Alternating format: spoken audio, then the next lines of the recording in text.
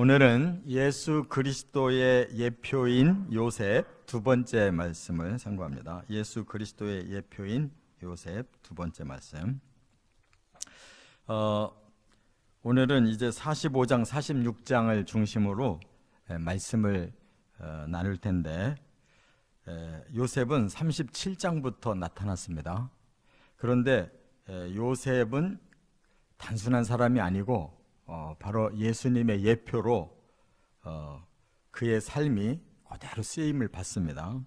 그래서 37장에 보면 아버지에게는 기쁨을 드리는 자식이었지만 형제들에게 미움받아가지고 웅덩이에 빠뜨려 죽을 뻔했는데 또 간신히 살아나서 애굽의 종이 되고 또 애굽에서 또 감옥살이도 하고 이렇게 고난을 겪은 얘기를 했습니다. 그러나 하나님은 바로 그를 통해서 그 시대를 구원하려고 하셨다 그랬어요. 그렇기 때문에 예표로서 쓰임 받았는데, 이제 그 예표는 순환의 예표라고 하면, 메시아의 순환 예표라고 하면, 이제 45장 46장에서 요셉의 모습은 영광의 메시아의 모습입니다.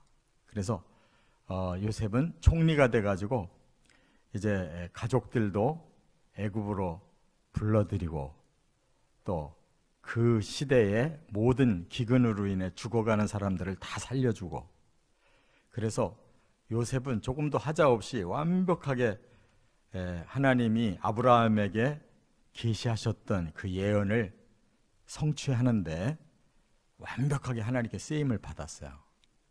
그래서 이제 오늘의 내용은 영광의 메시아를 보여주는 예표다 그 말입니다. 그래서 이제 우리가 읽은 이 46장을 통해서 이제 이게 이루어졌다는 거예요.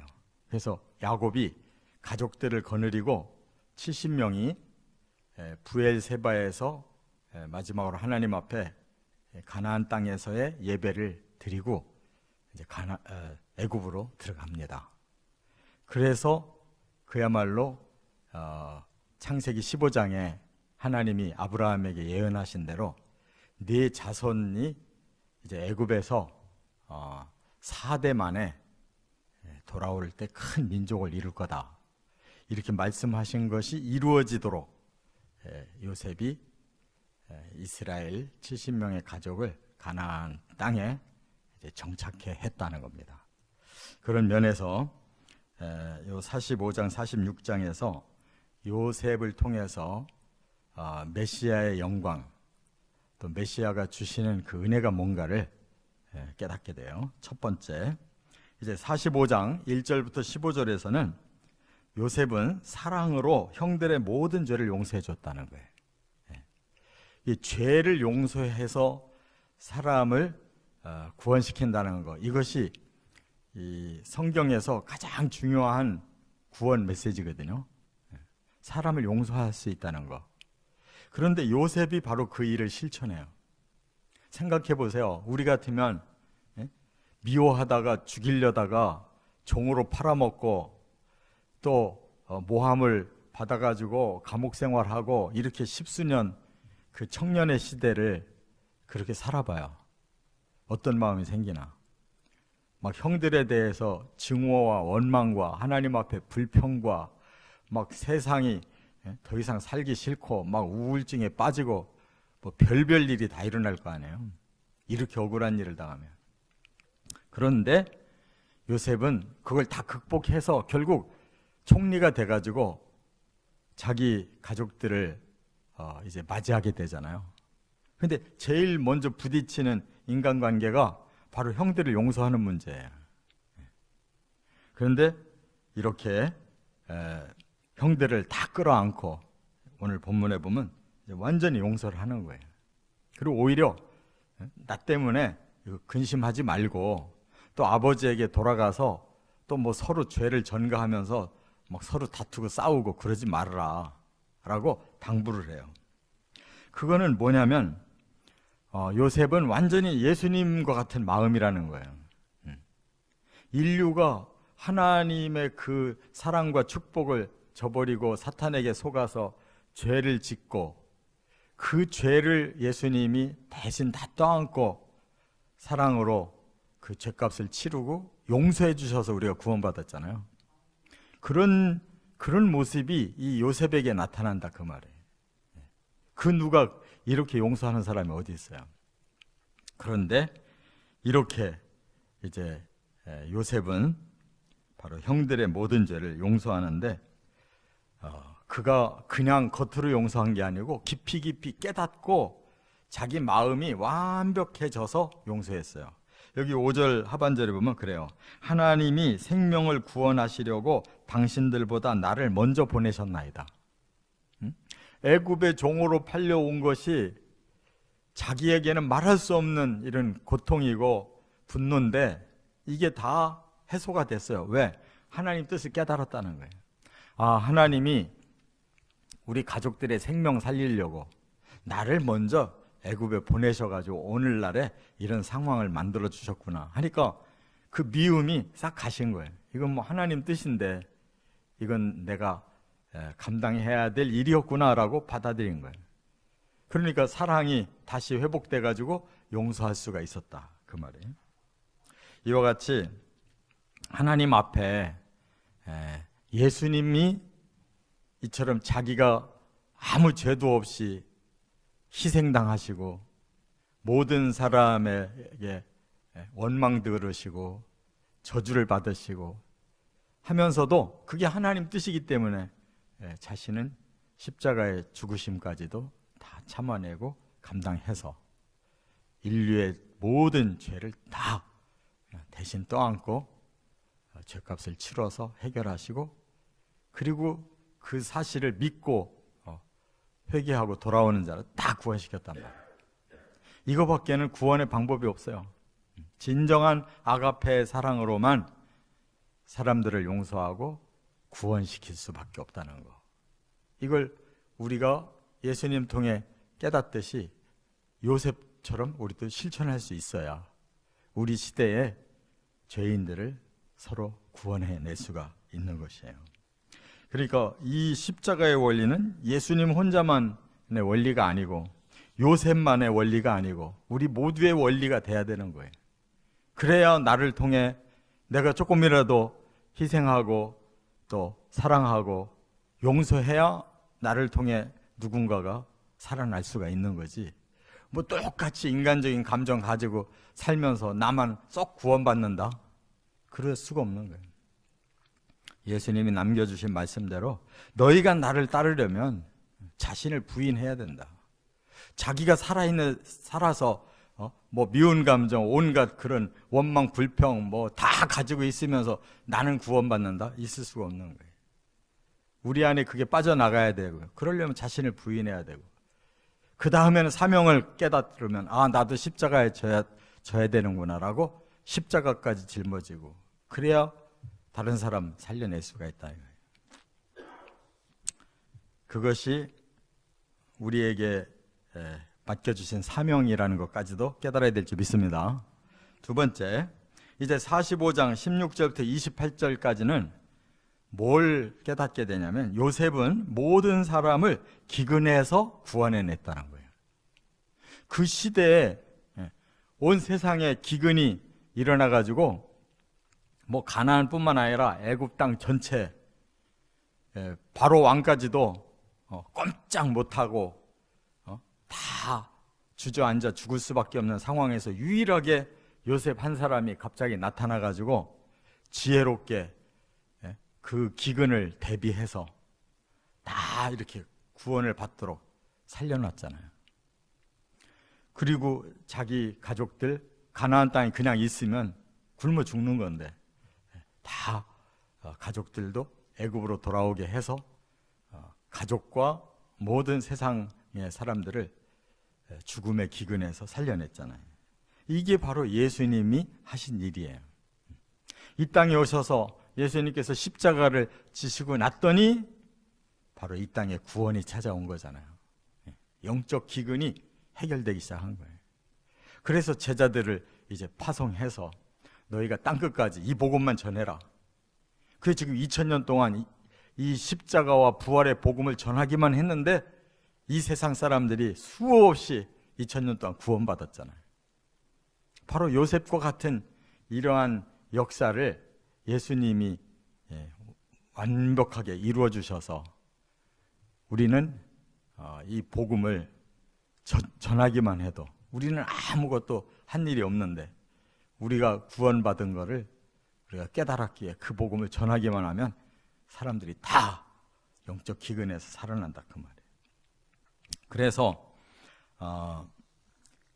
여기 16절 이하에 보면 이 바로도 그냥 너무너무 그냥 요셉을 존경하는 거예요. 자기는 왕이고 요셉은 총리인데도 그 요셉의 가족이 가나안 땅에 있었는데 요셉을 만나러 온다는 걸 알고 막 너무너무 바로가 기뻐서 막 수레를 보내고 막 선물을 보내고 막 야단을 한 거예요. 그래가지고 가족들이 그냥 무슨 자기들이 대단한 일을 한 사람들인 것처럼 막 영광의 개선장군처럼 애굽으로 들어와서 가장 풀밭이 좋은 고센 땅을 또 내줘가지고 거기서 민족을 이뤘잖아요. 그러니까 그게 뭐 야곱의 덕분이에요. 뭐 그 자식들의 덕분에 오직 요셉 한 사람의 덕분으로 야곱 가족이 구원받고 또 바로의 그 나라도 모든 백성들도 다 요셉 한 사람 때문에 구원받았잖아요.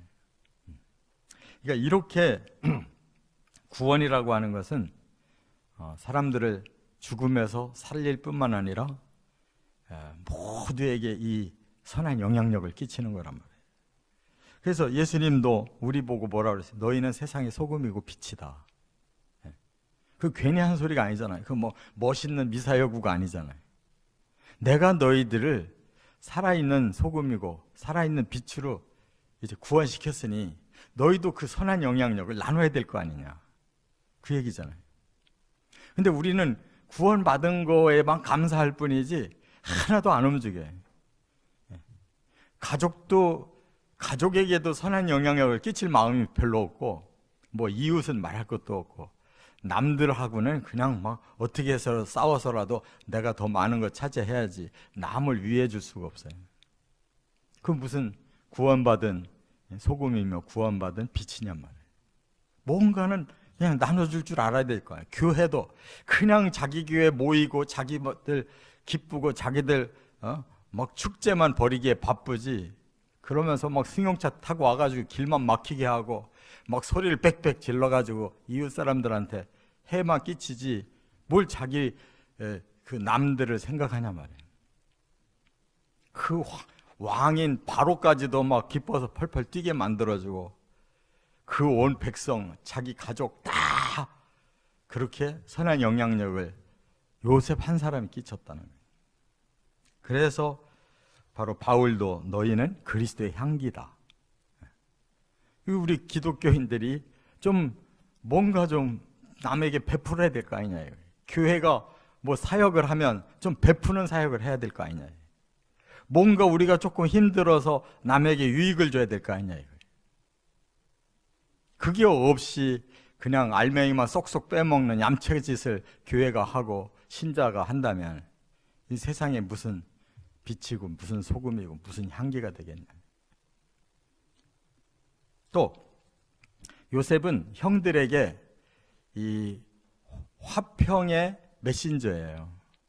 자기가 용서한 걸로 끝이질 않고 이 형제 간의 그 우애가 이제 깨질까 봐 사람은 자기가 죄를 지면은 그거를 가지고 그냥 완전하게 회개하고 자기를 다 드러내야 이게 제대로 된 건데 되도록이면 감추려고 그러거든요. 그래도 저 사람 때문에 그렇게 됐지 뭐 내가 주동자는 아니다. 그들이 서로 이렇게 할까 봐 아주 요셉은 그거를 달래고 그렇게 형제의 우애가 깨지지 않도록 하려고 그렇게 노력하는 것을 오늘 볼 수가 있어요. 그래서 드디어 이제 아버지에게 돌아가서 요셉의 소식만 전하고 그 자기들의 그 비밀을 숨겼어도 아무런 뒤에 후유증이 남지 않도록 요셉이 다 그렇게 당부를 해서 아버지 야곱의 마음만 기쁘게 해놨잖아요. 그럴 맛이 있어야지. 뭐 조금만 어떤 그냥 남한테 전가하고 고발하고 뭐 삐끄러져서 그냥 한 번 틀어졌다고 영영 두 번 다시 안 볼 사람처럼 그렇게 살면 그리스도인이 아니에요. 예수님은 내가 너희를 사랑한 것처럼 너희도 서로 사랑하라 이렇게 가르쳤거든요. 그러니까 그걸 자꾸 풀으려고 해야 되는데, 어떻게 해서든지 사랑으로 뭉치려고 해야 되는데, 그게 안 되면 그리스도인의 집단이 아니라는 거예요. 거기까지 다윗이 일생을 살고 그 막판에 시를 썼는데, 시편 30편 30편이 마지막 왕노릇 하면서 쓴 시거든요. 그가 일생을 되돌아본 거예요. 되돌아보고서 쓴 건데 자기 죄가 많다는 걸 깨달았거든요. 그렇잖아요. 다윗도 큰 죄들을 졌거든요. 그냥 부하의 그 아내를 겁탈하고 나중에 그거를 부하한테 뒤집어 씌우려고 해서 적진에서 죽게 만들고, 얼마나 악한 짓이냐고. 막판에 뭐 이 나라가 평안하니까 다 자기 공로인 줄 알고 인구조사 시켜가지고 내 업적이 얼만큼 큰가를 확인하고, 대단한 사람인데 대단히 형편없는 짓을 했잖아요. 그 모든 걸 다 용서받고 나서 막판에 시편 30편 쓴 거예요. 그리고 그는 자기의 인생에 오직 하나님의 은혜가 아니고는 오늘의 내가 될 수가 없었다는 걸 깨닫고 이렇게 고백해요. 시편 30편 11절에 주께서 나의 슬픔이 변하여 내게 춤이 되게 하시며 나의 베옷을 벗기고 기쁨으로 띠띠우셨나이다. 이거 얼마나 대단한 고백인지 몰라요. 이렇게 자기 자신의 형편없는 걸 깨닫고, 나는 슬픈 자일 수밖에 없었는데 하나님이 나를 춤추게 하셨습니다.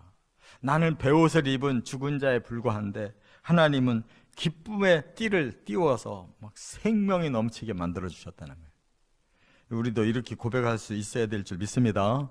예수 믿고서도 여전히 세상 십자가 지느라고 그냥 눌림을 받아가지고 그냥 인상 다 찌그리고 살면 안 돼. 그건 그리스도인이 아니에요. 세상 사람들도 신나게 사는데 우리는 슬픈 자가 기쁨으로 바뀌었고 베옷을 입은 죽은 자를 이렇게 살려놓으신 예수님을 우리가 모시고 살면서 어떻게 그렇게 살면 되겠냐 말이에요. 끝으로 세 번째, 이제 46장 오늘 읽은 가장 절정적인 말씀인데요. 1절부터 7절에 보면 요셉은 하나님의 모든 계획이 성취되도록 헌신했다는 거예요. 요셉 한 사람이 아브라함에게 주셨던 그 사대조 할아버지에게 주셨던 그 씨족을 민족으로 만드는 그 계획이 이 지금 요셉이 증손자로서 그걸 이루는데 스타트를 한 사람이에요. 민족을 만드는 그 출발점을 만들어낸 사람이에요. 그래서 그 기간이 205년이 걸렸어요. 아브라함이 그 하나님 앞에 계시받을 때로부터 요셉이 이제 그 야곱 가족을 다 애굽에 정착시키기까지 205년이나 걸렸어요. 따져보니까. 근데 드디어 요셉이 그걸 이뤄냈다는 말이에요. 하나님의 계획이 성취되게 해놨어요. 그러니까 우리들도 마찬가지로 하나님이 원하시는 뜻이 있잖아요. 그 뜻을 이루는데 우리가 80세를 산다면 80년을 헌신해야 되는 거예요. 하나님 100살 살게 해준다면 100년을 헌신해야 되는 거라고. 그게 삶의 의미가 있는 거예요. 뭐 오래만 살고 죽으면 뭐해요. 오래 살았으면 오래 사는 만큼 하나님의 뜻을 성취해드려야지. 요셉은 그렇게 했잖아요. 그래서 바로 제가 서두에 말씀드린 것처럼 야곱이 드디어 부엘세바가 어디냐면 가나안 땅의 끝이에요. 애굽의 경계 부분에. 그 경계를 넘어서기 전에 그 아버지 이삭이 평생 살았던 그 브엘세바에서 제단을 쌓고 이제 저희들은 내려갑니다. 그러나 하나님이 아브라함에게 약속하신 대로 나중에 다시 이곳으로 돌아올 걸 믿습니다. 그러고 출발했다고. 그리고 430년 만에 다시 거기를 거쳐서 가나안 땅 올라왔다고. 이게 선민의 삶이라는 거예요. 하나님의 계획에 그냥 모든 걸 순종하고 모든 것이 성취되도록 이렇게 헌신하는 삶. 이게 중요하다 그 말이에요. 그래서 오늘 2절에 보면요, 야곱아 야곱아 하나님이 이르시되 나는 하나님이라 내 아버지의 하나님이니 애굽으로 내려가기를 두려워하지 마라. 너로 큰 민족을 이루게 하리라.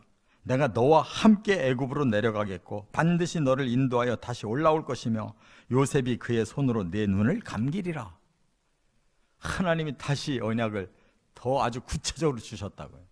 이대로 430년 후에 그대로 올라온 거예요. 할렐루야. 거기에 한 부속품이 돼가지고 요셉이 그 민족을 시작하는 첫 스타트를 이렇게 완벽하게 해결하니까 나중에 이제 모세를 통해서 애굽에서 구출하고 여호수아를 통해서 가나안에 들어가게 만들어 놓잖아요. 요셉 다음에 모세 다음에 여호수아를 통해서 다 이 일을 성취시키시잖아요. 거기에 우리가 나는 요셉 역할이냐 모세 역할이냐 여호수아 역할이냐 그 역할을 각각 감당하면 되는 거예요. 할렐루야. 사명을 성취하는데 우리가 헌신하면 되는 거예요. 얼마나 이 성경이 지금 드라마틱합니까? 하나의 주제를 가지고 얼마나 멋있게 끌고 가냐고요. 하나님은 뭐 어영부영 이런저런 뭐 쓸데없는 소리 하신 게 하나도 없어요. 우리가 그 핵심만 잡으면 성경은 기가 막힌 하나님의 스토리라고. 저나 여러분들도 거기에 어떤 부속품으로든지 그 사명을 감당하고 헌신하는 저와 여러분 되실 주의 이름으로 축원합니다.